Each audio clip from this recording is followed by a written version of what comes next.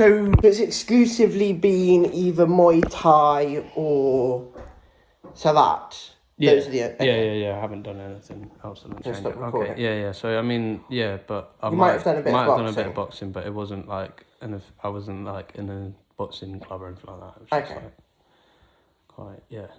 Yeah. Just like 1 or 2 fights. Kind of Yeah. thing, I mean, I didn't really like fight. I don't know. Yeah. Yeah. I know what you mean. Most gyms have a boxing bag. Yeah. You mean that sort of thing? Oh no, yeah. I mean, my dad used to like do a bit of like me and my brother and stuff like that. Oh, cool. And, I think I did. That was boxing in like school kind of thing as well. Oh, but, cool. Yeah, it was. Yeah. Yeah, it was never like proper like formal boxing thing. Okay. What's your favourite martial art overall? Probably Muay Thai, to be fair. Like out of all the ones that I've sort of had experience with and sort of know about, yeah, I'd say Muay Thai. Okay. See your granddad in a boxing match or your dad? No. Okay. I did. I've got like he's some kind of cousin or something who's like an MMA like fighter. Oh, I nice. never saw him, but I know my family have seen him fight. Okay. So was it your granddad that taught your dad to box? Because you said your dad did a bit with you. Yeah, I mean, yeah, probably. Yeah. Nice. It's an interesting combat sports. What would you say were the 1 or 2 best things you learnt from your granddad? Oh yeah, that's a good question. I don't know. I think there's something to say about like sort of like loyalty, like sort of family thing. Yeah. He's always just to like take care of the family type of thing. That's great. He's just very Yeah. yeah. He was also a roofer. Yeah. Cool. Yeah. Was he in any unions or? I don't know, to be honest. Okay. I suppose, was he self-employed? Yeah. Yeah, I think it's self-employed can't join unions. Oh right. Because they're not employees, so it defeats the purpose. Yeah. So out of Muay Thai, BKB, bare knuckle boxing,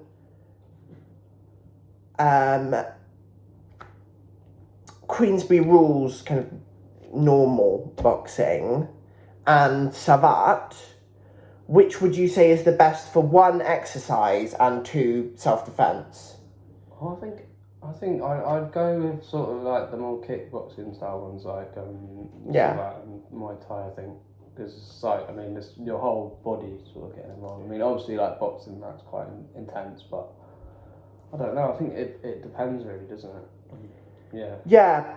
So maybe like Muay Thai and that. So it's a bit more like movement sort of thing. It's less like, because I think this is for the exercise one. I mean, both. Yeah. Really. Yeah. Because So, I mean, boxing is more like, it feels a bit more like rigid. Like that's why my dad never really got along with boxing. Yeah. It's quite strict on like what you can and can't do, sort of thing. And I mean, So, I mean, all martial arts are to a certain extent, but yeah. Out of Savate and Muay Thai, which would you say is better for self-defense? I wouldn't say I've like got enough experience with Savate to be able to say which one. I personally say Savate just because you can use it in a broader range of clothing, the kicks, and also like kneeing someone in a sporting competition where there's a rule against weapons or like everyone's following the law. That's one thing. In say someone's attacking you and you don't know if they have a knife or not. But then, like you said, elbowing them might work. Yeah. I mean, because there's a wider range of like strikes and those. So, I don't know. Jewish convert, would you say martial arts and or boxing are good as a defense against hate crimes?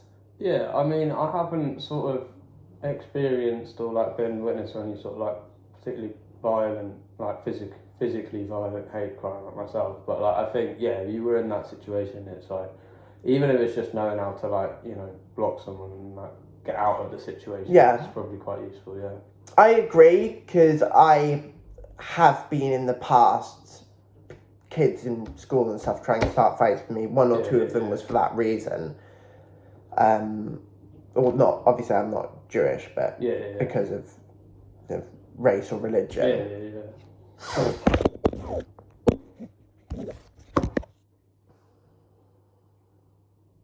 Okay.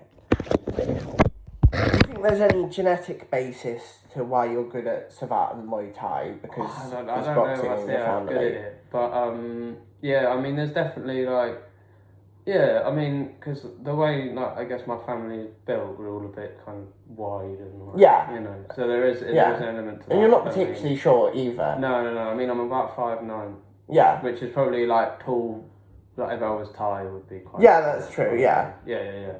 But yeah. So it's all just like I mean, it's different like sports for different things, I guess, isn't it? Because like boxing is a lot about like weight and like being quite like stocky, I guess, and then like something like Muay Thai. Wouldn't Savate it be a disadvantage? Yeah, because it is quite. I mean, it's quite. I mean, the bloke who does it always says it's quite like elegant sort of thing. It's quite like free flowing, that kind of thing. This is a vegan guy. Yeah. Cool. Do you think some martial arts can be compared to art forms like music and graphic design as well as the sports? Yeah, I think so. Yeah. Because it's a lot about how you sort of string things together and stuff. I mean, like, there's an art in like most sports, I think. Right? I think so, yeah. And so that seems to be particularly like that. Yeah, I think it places quite an emphasis on that. Quite elegant. Philosophical and ethical aspects of some martial arts helpful? I mean, I can't say I know too much about it, to be honest. Like, even when I did like Muay Thai, like, I know there's quite a lot of sort of, I guess, law like behind all of that, but I never really like it was never really an emphasis in like the sort of classes I was in and stuff. Okay, so you were more learning it for like, what were you primarily learning? Competitions or? Yeah, I mean, I mean, I never competed or anything. It was just more of like and it is, like you say, it is like a sort of mental thing as well. Cause there's a lot about there's a lot of like, funnily enough, stuff about the respect for other people as well. Yeah, definitely. I mean, because in Muay, despite the fact that you're hitting them, it's like very. Yeah, like in Muay Thai, then they have this greeting. Is it like that? Yeah, you like that. Yeah. Yeah. Whereas in Indonesia they have the samba, which is like that. I think it's slightly, they don't bow as low for like religious reasons, but yeah. And in Savate they have a salute. There's a salute that's like like that kind of thing. Interesting. Yeah, because apparently even with like fairground boxing, although the fighting can be quite intense, they shake each other's hands before and after. Yeah. I mean, it's always, I think it's the kind of like, because I mean, like when you kind of put fighting in like a sort of like sporting or like artistic, like what is it, like. Yeah, because it's good sportsmanship. It's kind of it's quite an emphasis of like, okay, this is where you sort of like get it all out. Do you know what I mean? Exactly, definitely. And it's like, there's no sort of ill wills. So I think there's a lot to be learned. It's like Khabib stopped getting into street fights around the same time he became really good at. Wait, did you see that interview? No, I haven't. No. I'll have to check that just so it doesn't come across as like libelous or. Yeah. But I mean, it definitely makes sense. Yeah.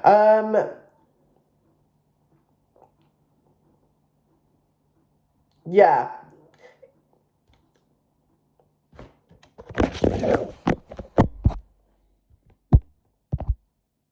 What's it like being a vegan martial artist? I mean, I don't know. It's difficult to say. I mean, I don't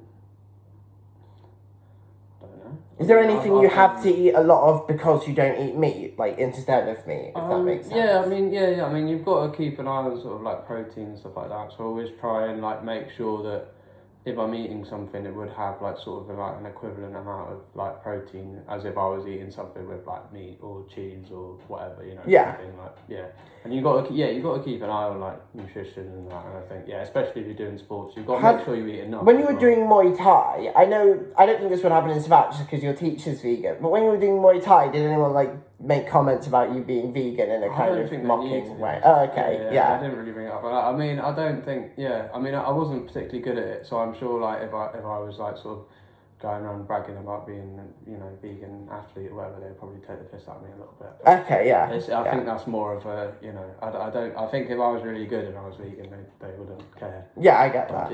Yeah, but it would just be like, maybe if you actually you'd be good. I mean, because like you said about like Muay Thai, like Buddhism and that, so I imagine is there like vegetarian? There's a lot of vegetarian like. As I understand it, in Buddhism in Thailand, they mostly do eat meat because their logic is, well, the animal would be killed anyway and sold to someone else. Yeah. So they don't really. Right. Yeah. But I think in some places, a lot of the people that do the actual killing are not Buddhist. Oh, right. Yeah. That makes sense, like, I don't know where it was, but somewhere in Southeast Asia, there was this interview with Christian slaughtermen in a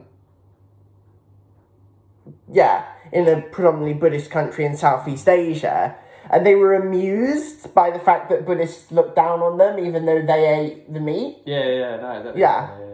So they're doing the dirty work. Yeah. Yeah. No, it's funny. Yeah. What would you say is the kind of most out there comment you've heard in a martial arts setting or opinion? Oh, I don't know. I remember hearing quite. There's a funny one. It wasn't too serious, but we were doing like core exercises, and we were doing like Russian twists, and once someone said like, "Oh, you got to call it Ukrainian twist." That was quite a funny thing. But I don't think that was meant 100% serious. Yeah. And it was just, I remember, that stuck to me. Yeah, and I can't express my opinion on Russia or Ukraine here. Yeah. Because obviously people can be watching this anywhere. There'll be so whichever opinion I say, there'll be someone who thinks gets offended. Yeah. Got to keep it. Neutral. Yeah. And finally, based on your own experience and learning, what advice would you give to someone starting out in martial arts? Yeah, really good question, because, every time I sort of get into the class, I sort of feel like, oh, I'm not up for this, and I'll get really tired, and then before I know it, it's over, and I really enjoyed myself. So I just, get Don't give up. into it. Don't, exactly. Very straightforward, but, don't give up, just get stuck into it, if you think you might be interested in something, sign up for it, give it a go. Because a lot of places you can do a class for free and stuff like that. So it's fairly low risk. So just just try things out and don't think you're not good enough for things as well. Because if you have to take it slow, if you have to take breaks, everyone's very understanding. So if you think it's for you, then give it a try. Don't get scared off. Alright. This is Evan. Hello. Evan. It might be easier if you. This is Evan. Evan used to train in Muay Thai and now he trains in Savate. Mm-hmm. So Evan, what initially piqued your interest in martial arts? I don't know. It was when I was very young. I was sort of about 9 or 10 or something, and this was Muay Thai? Family thing or something. Yeah. It's a family thing. So I sort of did it for, not Muay Thai specifically, but I don't really know how I heard about it in the first place. Okay. But, so your granddad's a fairground boxer. Besides that, members of your family do combat sports? Well, not combat sports specifically, but they're always, a bit scrappy kind of thing. Okay, yeah. Cool. So it wasn't,